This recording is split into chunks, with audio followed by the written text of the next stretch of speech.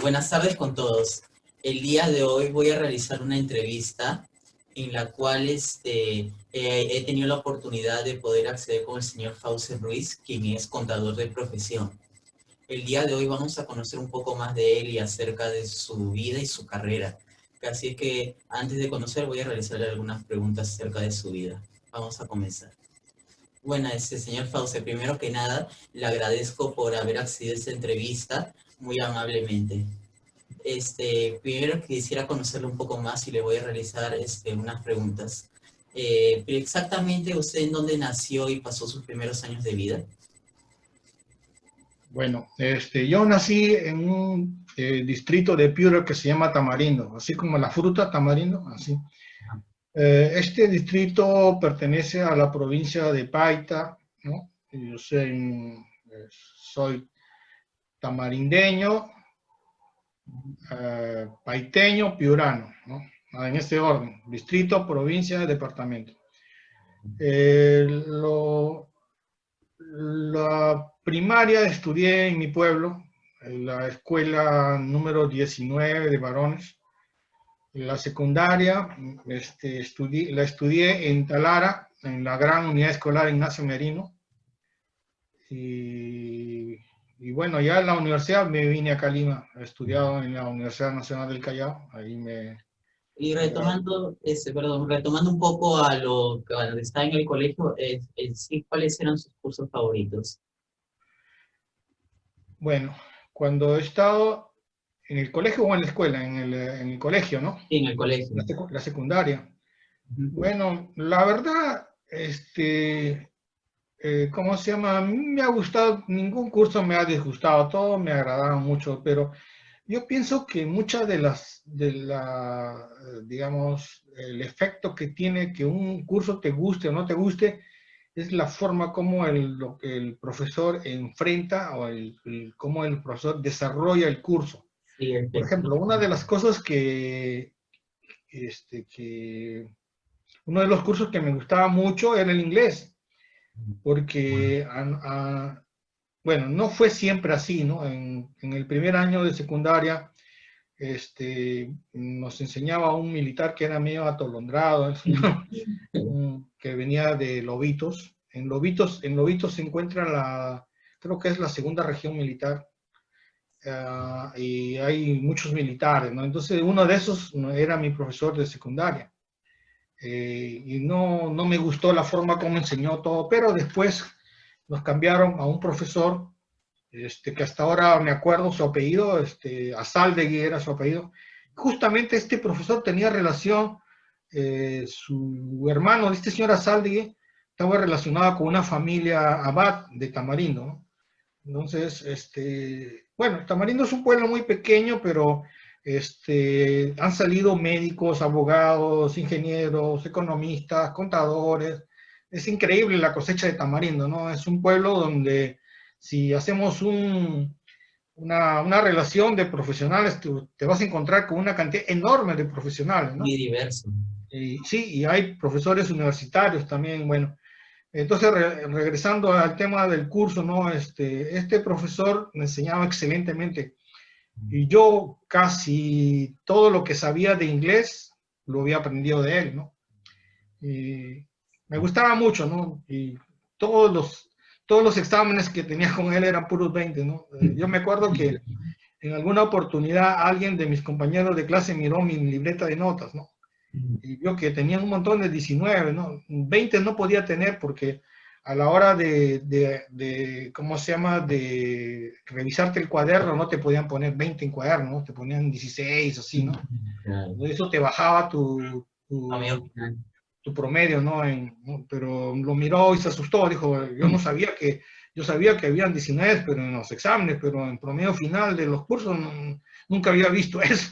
Bueno, pues, regresando al curso, ¿no? Es ese el principal, digamos, efecto que tiene si tú encuentras un profesor que es muy bueno, aunque a ti no te gusten las matemáticas, por ejemplo, pero encuentras con un profesor que este profesor sabe enfocar bien en el curso, sabe llegar al alumno, sabe despertar su inquietud. Entonces, ese muchacho, tenlo por seguro que aunque no le gustan las matemáticas, va a ser un buen estudiante. Mucho efecto tiene eso. Claro, hay otra cosa que es predisposición del alumno a estudiar, ¿no? Que no quiere estudiar, el que es vago, bueno, va a ser un poco difícil, ¿no? Pero el que tiene por lo menos un mínimo de iniciativa para querer llevar el curso, si tiene un buen profesor, tenlo por seguro que... Yo siempre he pensado eso, ¿no? Que... Y bueno, y durante su etapa escolar, más o menos, ya tenía la idea de que iba a estudiar esta carrera de contabilidad, o primero tenía... Sí, porque yo estudié secundaria comercial. Entonces, aunque yo no hubiera llegado a hacer a la universidad, yo podía haber obtenido un título de contador mercantil por haber estudiado. O sea, ¿qué pasa? Mira, yo soy de una familia, mi papá en un comienzo tuvo mucho dinero, tenía supermercado, casi un supermercado, todo eso, ¿no? Pero después mi papá, X motivos, perdió su dinero, en fin, tuvimos problemas. Entonces, si yo estudié la secundaria fue porque mi mamá tenía un familiar en Talara, ¿no? Y yo no pagaba nada. Yo vivía en su casa, pero yo no podía pagar, no tenía dinero, ¿no? Entonces, lo que yo pensé desde el comienzo es, muy bien, lo que a mí me conviene es estudiar algo que me sirva, ¿no? Porque ¿qué pasaba si yo no podía ir a la universidad? No teníamos dinero, ¿no? No teníamos nadie en Piura, porque la universidad más cercana que yo tenía era Piura, pero a Piura no podía ir porque en Piura yo no tengo familia. ¿Cómo yo iba a ir ahí a estudiar, no? En Talara sí estaba estudiando porque estaba en la casa de, de un familiar. Entonces se decidió, pues, estudiar a la secundaria comercial. Entonces, cuando yo terminé la secundaria comercial, ya prácticamente la decisión estaba cantada de que tenía que seguir siendo contador, ¿no? Claro que podía salir, ¿no? Cuando yo ingresé a la universidad tenía suficiente puntaje para estudiar ingeniería, cualquiera lo que yo hubiera querido, ¿no? Pero bueno, seguí en lo mismo. Y entonces, exactamente, ¿cómo así le motivó seguir con la carrera? Porque también hubiera tomado otra decisión de otra carrera. Sí, pero bueno, los primeros meses y hasta años acá en Lima fueron muy difíciles porque, ¿cómo se llama? No tenía apoyo de nadie, ¿no? Entonces, ahora yo les digo a la gente que está acá, a mi familia, ¿no? Es muy fácil llegar a un sitio donde tienes una casa, tienes que comer, ¿no? Tienes a alguien que te apoye, que te oriente, ¿no? Pero cuando yo vine, bueno, mi hermano mayor, que es un año más que yo, ¿no? Mi hermano Aurelino me apoyó en el sentido de que, bueno, eh, ¿cómo se llama? Estudiando en la secundaria comercial, habían algunos problemas para postular, ¿no? Porque yo fui becado de mi colegio. Entonces, si yo hubiera querido estudiar en Piura, yo pudiera haber ido a cualquier universidad y simplemente inscribirme, porque era mi derecho como becado, ¿no?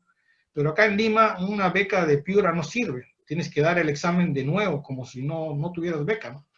Entonces, yo sabía ese problema. Entonces mi hermano me compró los Baldor, la triada, ¿no? La álgebra, aritmética y geometría, trigonometría. Entonces yo tampoco tenía dinero para ir a una academia. O sea que yo estudié solo, yo fui mi propio profesor. Yo estudié solo desde mi casa, todo. Yo me resolví el Baldor toditito, los ejercicios, desde el primero hasta el último. Aritmética, álgebra, geometría y trigonometría no tanto porque era un poquito más complicado para mí entender, ¿no? Como nadie me estaba enseñando, así que yo decidí usar otro texto que me pareció más, o sea, más didáctico, ¿no? Más fácil de comprender. Pero si yo no hubiera estudiado solo esos cursos, yo no hubiera podido ingresar a la universidad. ¿Por qué? Porque dentro del examen de admisión vienen todos esos cursos, ¿no? Entonces, si yo no estudiaba esos cursos, iba a salir jalado, ¿no? Y no podía ingresar. Y, Pero, como te digo, este, lo estudié solo y... y exactamente cuando ya llegó acá a Lima, ¿en qué universidad ingresó? Bueno, cuando yo llegué a Lima ya prácticamente, yo llegué, me parece, finalizando marzo, así, o abril, marzo creo. Y ya fui a San Marcos ya había cerrado ya su inscripción. Todas las universidades, Villarreal, San Marcos, todo. La única universidad que no había cerrado era la Universidad del Callao. Y por eso postulé ahí, ¿no? Porque ya no me quedaba otra alternativa.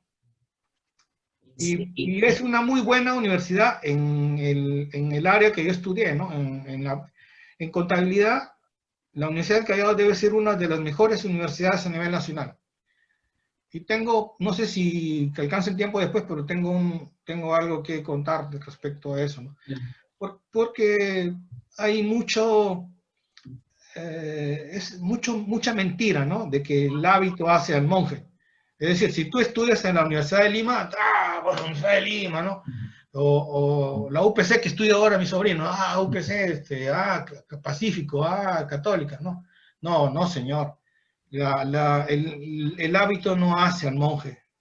Es un engaño, ¿no? Yo en una empresa que estuve trabajando, vino un economista que había sido gerente financiero del Banco Minero. ¿De dónde había estudiado él? En la Universidad de Lima. A mi lado, ni hablar, nada que ver, ¿no? Dice, ¿tú has estudiado en la Universidad de Lima? Estás loco, tú, compadre. No, conmigo no pasas, pero por nada, para mí no eres nada. No, no es que lo quiera desmerecer, ¿no? Pero yo sé también que como el hecho de que tú estudies en una universidad, la universidad tampoco tiene la culpa de que tú seas mal profesional, porque al final el que tiene que poner mucho interés en tu carrera eres tú mismo, ¿no? El hecho de que tú seas mal profesional y porque eres de la Universidad de Lima no significa que la Universidad de Lima es una mala universidad, jamás. Yo no digo eso. Simplemente lo que digo es que así como en un mal profesional en la Universidad de Lima no dice que la Universidad de Lima sea mala, tampoco un egresado de una universidad no conocida tampoco es un mal profesional, ¿no? A eso voy. Y exactamente que cuando llegó acá a Lima y ya ingresó, ¿no?, a la Universidad del Callao, ¿qué diferencias encontró más o menos entre la educación que se daba aquí y la de su pueblo natal? No mucho, porque mira, en esas épocas, me parece que fue Odría el que hizo estas grandes unidades escolares, ¿no? Yo no soy partidario de Odría ni nada, pero las grandes unidades escolares, por ejemplo, cuando yo fui de Tamarindo a Talara, si yo no hubiera ido con un buen promedio de notas, no hubiera podido estudiar en la gran unidad escolar Ignacio Merino. ¿Por qué? Porque la gran unidad escolar Ignacio Merino te pedía 28 puntos de promedio entre cuarto y quinto, lo cual significa que tú debías tener mínimo de promedio 14 en cuarto y 14 en quinto. Si tú tenías 13, 12, 11, no te aceptaban, simplemente.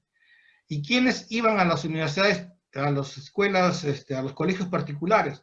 Eran los que los votaban de los colegios, de las grandes unidades escolares, los votaban y ¿a dónde iban a ir? Tenían que ir a un particular, ¿no? Ahora es al revés, ahora son los colegios particulares los mejores y las grandes unidades escolares son las que son no buena educación, ¿no? No buena preparación.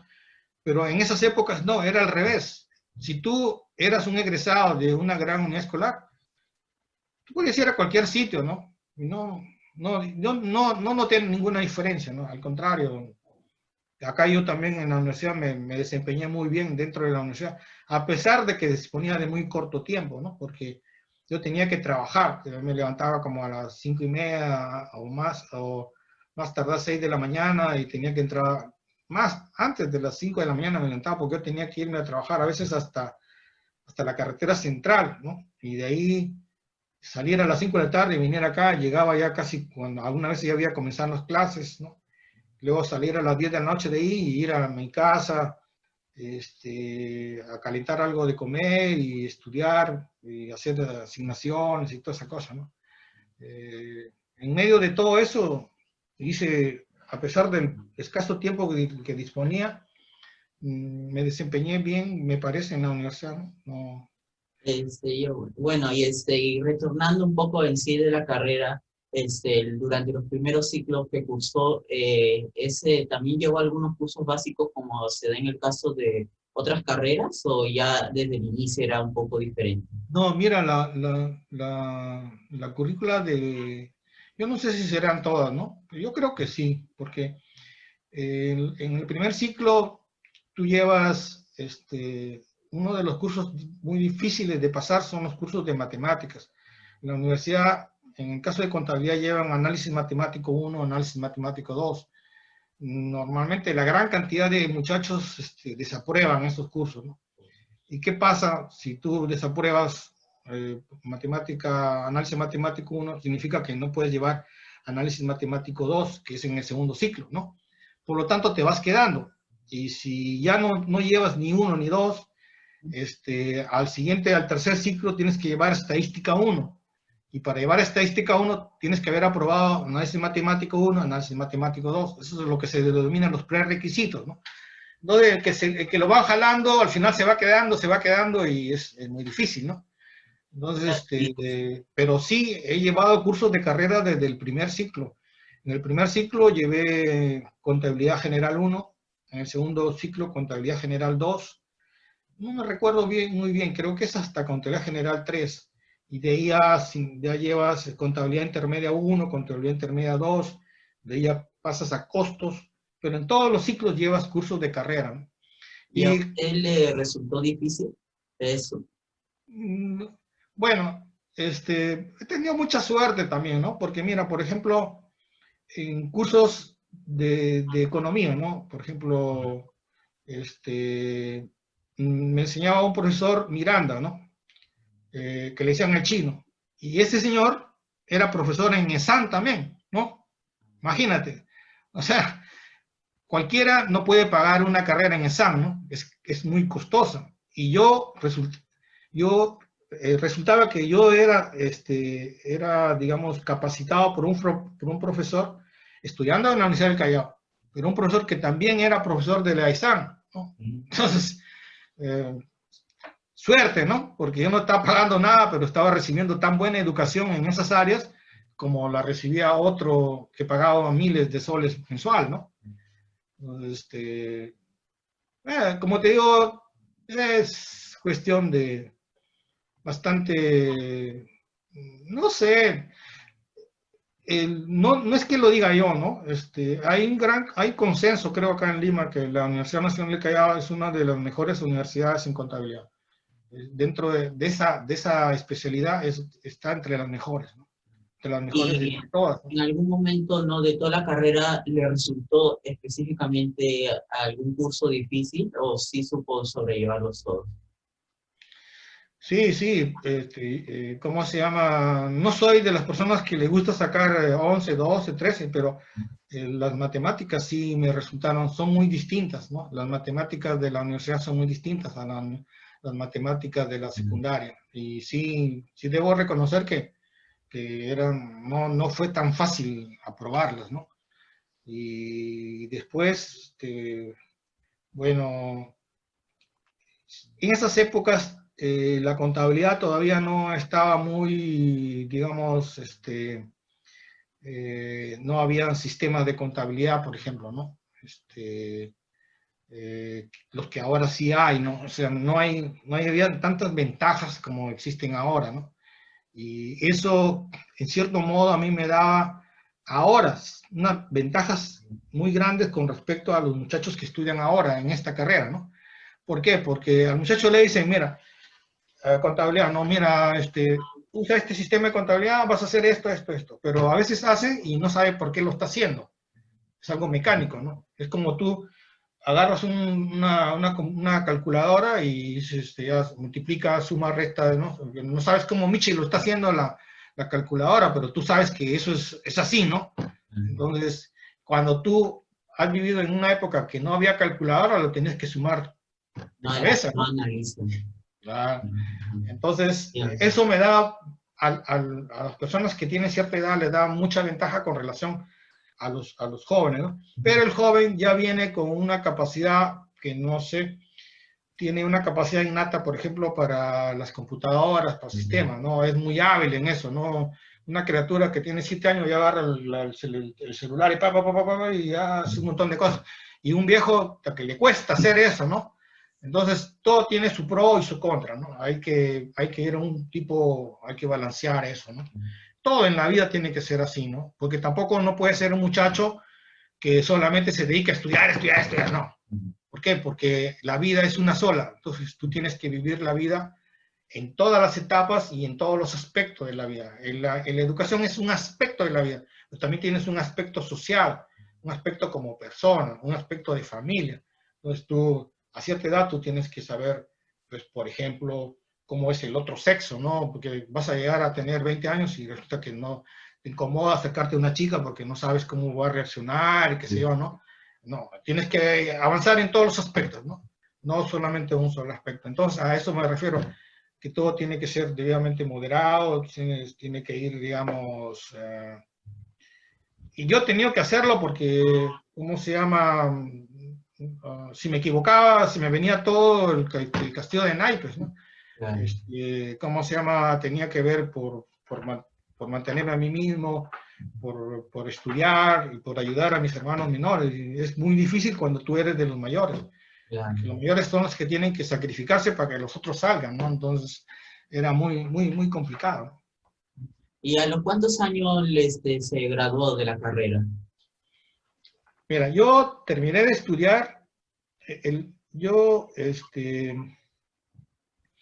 por cuestiones de la primaria en mi pueblo, la gente, yo nací en junio, entonces cuando yo me fui a inscribir al colegio, yo me fui a inscribir en marzo, ¿no? Y en marzo yo ya tenía 6 años y 9 meses, ¿no? Pero me dicen, no, tú tienes que inscribirte acá con 7 años cumplidos, ¿no? Pero, señor, me faltan 3 meses nomás, ¿no? No. Y como mi padre conocía ahí en el colegio, yo fui a estudiar con mi hermano y estudié toda la transición y todo lo que hizo mi hermano lo hice yo. Y el siguiente año tuve que volver a regresar a estudiar lo mismo, porque por edad me quedé, ¿no? Entonces también es una desventaja para aquellos que cumplen año después de marzo, digamos, ¿no? Sí. Ahora yo sé que, bueno, tú vas y, bueno, dices, de repente por ahí atracan, ¿no? Pero antes no era así, ¿no? Bueno, yo terminé, contestando así en específico tu pregunta, yo tenía 27 años cuando terminé de estudiar, pero no significa que yo saqué mi título a esa edad, 27 años, yo terminé ya la carrera, pero al poco tiempo yo conseguí un trabajo y trabajaba a tiempo completo, llegaba a mi casa a las 10 de la noche, yo casi siempre he trabajado en el área de Miraflores, San Isidro. Entonces, salía a veces a las 9, 10 de la noche de Miraflores hasta que llegaba a Bellavista.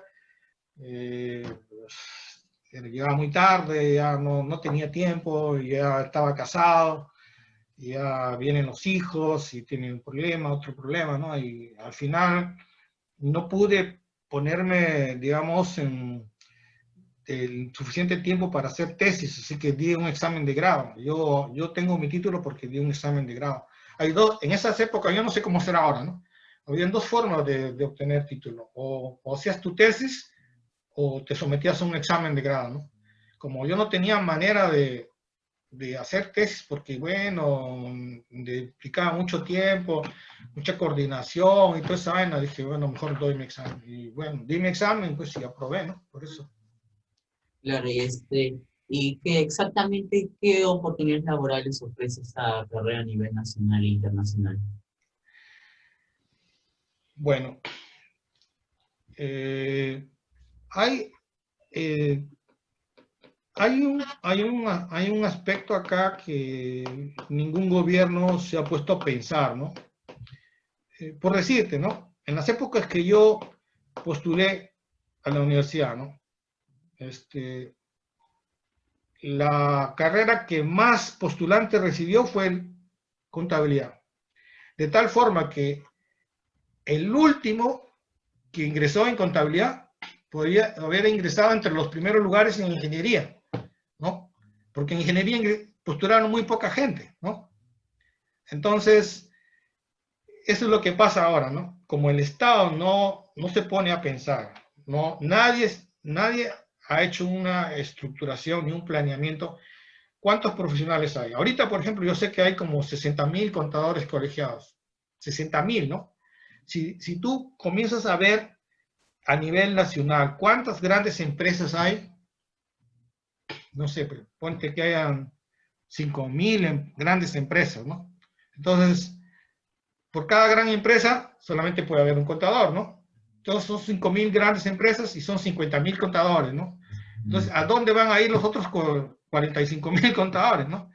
Entonces, está, como te digo, está mal, digamos, está mal estructurado eso, ¿no? Cada país debe formar profesionales en la medida que los necesitan. Después de eso, otra gran profesión que se convirtió en un boom, sistemas. Todo el mundo quiere sistemas. Pero yo no sé cuántos ingenieros de sistemas hay, pero deben haber excedentes por todos lados, ¿no? De tal forma que no consiguen trabajos todos, ¿no? Es muy difícil conseguir trabajo, ¿no? Entonces, es siempre difícil comenzar, ¿no? Pero si te dan por ahí una oportunidad de comenzar, pues es tu oportunidad, tienes que aprovecharla, tienes que demostrar que realmente vales la pena, ¿no? Y hacerte del puesto, ¿no? Porque no hay otra forma. Y la otra forma sería que tú conozcas, seas una familia muy conocida, ¿no? Te apellides Belaúnde, Díaz Canseco, ¿no? Y van y como te recibe de contador, o sea que encárgate de esta empresa, ¿no? Que es mía. Así cualquiera, pues, ¿no? Claro. Si tú eres el dueño, tú te pones ahí, entonces, ¿quién te va a sacar, pues, no? Es Y otra cosa, pero es difícil. No solamente en contabilidad, en todas las profesiones, es muy difícil, ¿no? ¿Por qué? Porque, sobre todo en el Perú, prima mucho la recomendación, ¿no? Que a ti, bueno, te puedan dar, bueno, en alguna oportunidad a mí me ofrecieron ser contador de RTP, ¿no? Radio y Televisión Peruana, ¿no? Yo fui y me entrevisté con ellos y dice, bueno, ¿cuánto me vas a pagar? Estás loco. Yo de carpintero gano más que lo que tú me vas a pagar. ¿Sí? Chao, chao.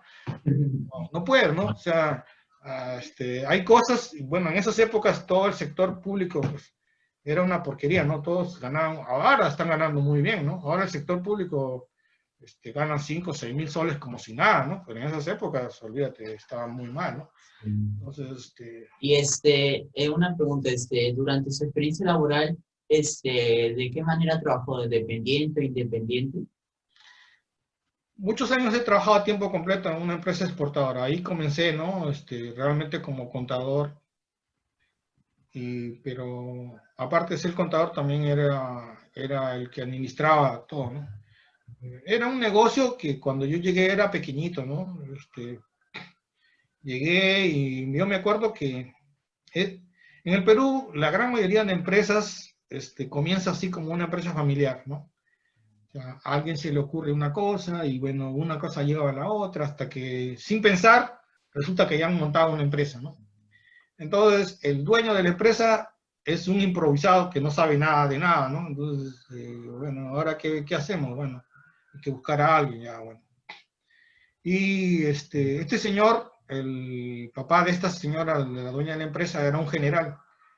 Y como era general, él buscó a alguien que era contador, pero contador del sector público. Un contador del sector público no sabe nada del sector privado, ¿no? O sea, le daba los documentos, el señor no hacía nada, ¿no? Y cuando yo llegué, me dijo, bueno, es que el otro contador le va a entregar la documentación, ¿no? Yo fui y sin mentirte, me entregó una caja de leche Gloria, así, y un montón de papeles, ¿no? Y dije, pues señor, ¿esta es tu contabilidad? No, pero es que, bueno, yo le estoy entregando todos los documentos, esto no sirve para nada, esto es basura, ¿no? Entonces, y esa empresa, así como yo la recibí, al cabo de unos años se convirtió en una de las 3 más grandes empresas exportadoras del Perú, de Lima y por tanto del Perú, ¿no? Yo me he reunido en el Instituto de Comercio Exterior con altos funcionarios del ICE. Era una empresa grande. Cuando una empresa es grande, ya tú importas para el Estado, porque si tú como empresa grande quiebras, ¿qué va a pasar? Al Estado no le conviene eso, ¿no? Entonces, esas cosas pasan, ¿no? ¿Y cuán importante es que una persona que impulse un negocio tenga los servicios de un contador? ¿Qué tan importante es un contador para un negocio? Pues es muy importante. ¿Por qué? Porque si tú no tienes contador, simplemente a los 2 meses SUNAT te cerraría, ¿no? ¿Por qué? Porque no pagas impuestos, pues no presentas declaraciones, ¿no? No declaras trabajadores de la planilla. ¿Quién hace eso? ¿No? Bueno, hay un montón de gente que no tiene ni idea de qué cosa, la función importante que cumple el contador. No lo digo porque yo soy contador, ¿no? Sino porque algunas veces yo me he chocado con gente que me dice, no sé, un cliente, por ejemplo, que es médico, ¿no? Me dijo, oye, fácil, cuando yo le comienzo a hablar, porque la contabilidad está íntimamente ligada a la tributación. Yo tengo especialización en tributación, en normas internacionales de información financiera y también en comercio exterior. Entonces yo le comento muchas cosas, y ¿qué hago con esto? Me dice, oh, Alfonso, yo no sabía que era tan interesante la contabilidad. Ah, bueno, yo no sé qué idea habrás tenido tú, ¿no? Pero por lo menos el médico cree que es la tapa de todo, ¿no? Si tú eres médico, tú dices, yo soy médico, no existe ninguna profesión más importante que la mía. Es una estupidez eso, porque eso es como decir quién es más importante dentro del cuerpo, ¿no? El corazón, el hígado, los pulmones, los riñones, la piel. No, señor, nadie es importante, más importante que el otro. Todos se suman para hacer una sola cosa. Eso es lo importante. ¿Y alguna Bueno, vez le ha tocado alguna experiencia en donde haya tenido que llevar la contabilidad de un negocio que haya sido previamente llevado por algún familiar? un familiar mío, Sí, o amigos, así. a veces pasa eso, ¿no? Un amigo en una oportunidad se fue a Japón y bueno, me dijo, ¿sabes qué? Yo tengo un par de clientes y me los dejó, ¿no? Ocurre eso.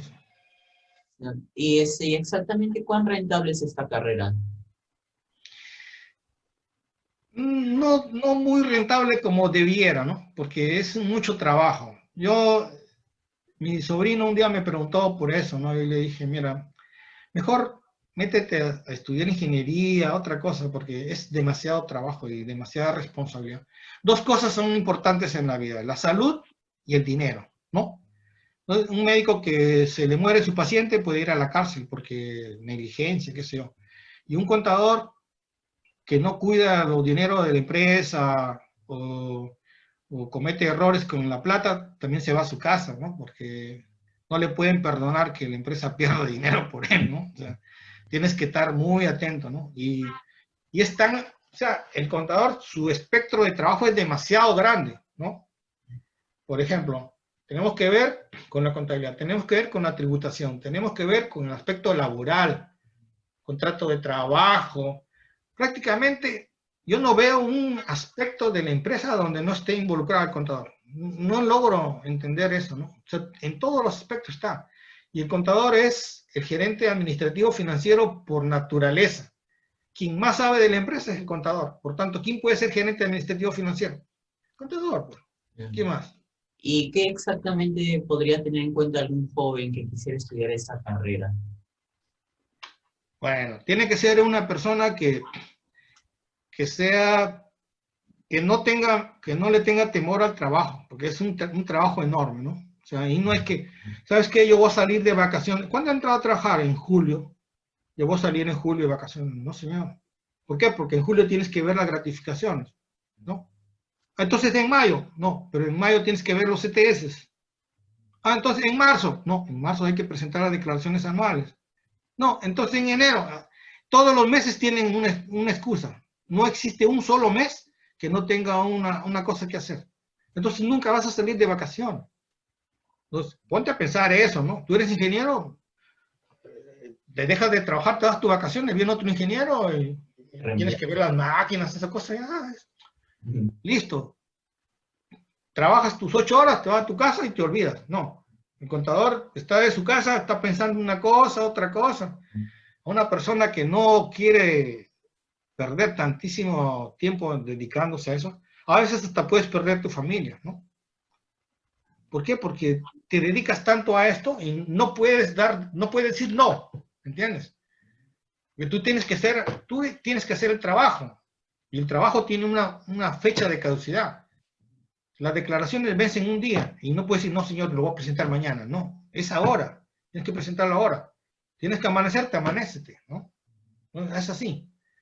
Bueno, y Es una labor muy, pero muy sacrificada, ¿no? Y que yo conozca, bueno, no sé, el médico tal vez, porque ni aún así, porque el médico tiene otro médico que lo puede reemplazar ahí, ¿no? Va y dice, no, le duele la cabeza, ya dale tal pastilla, no, hay que operarlo ya, que lo metan al quirófano, cualquier médico va y lo raja, ¿no?